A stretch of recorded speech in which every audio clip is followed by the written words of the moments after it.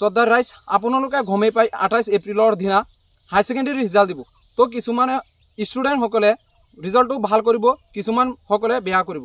যিসকলে ৰিজাল্টটো বেয়া কৰিব সেইসকলৰ বিষয়ে মই আজি কৈ আছোঁ। সেইসকলে যিসকলে ৰিজাল্টটো বেয়া কৰা মানে নিজকে ভাবিব যিমান নাম্বাৰত পাছ কৰিব ইয়াতকৈ কম যদি হয় তেনেহ'লে সেইবিলাক ষ্টুডেণ্টে নিজকে ভাবিব লাগিব যাতে যেনেকুৱা এখন খেতি পথাৰত ধান খেতি পথাৰত কষ্ট কৰাৰ পিছত যেনেকৈ ফল আহে অৰ্থাৎ ধান হয় আৰু ধান নিয়াৰ পিছত যেতিয়া ঘৰত নিওঁ তেতিয়া নাইকিয়া হৈ যায়, তেনেকুৱা টপাৰসকলৰ ষ্টুডেণ্টসকলেও তেনেকুৱা জিন্দগীয়ে যাব যিসকলৰ বেয়া দিন যায় সেইসকলৰ নিচিনাই।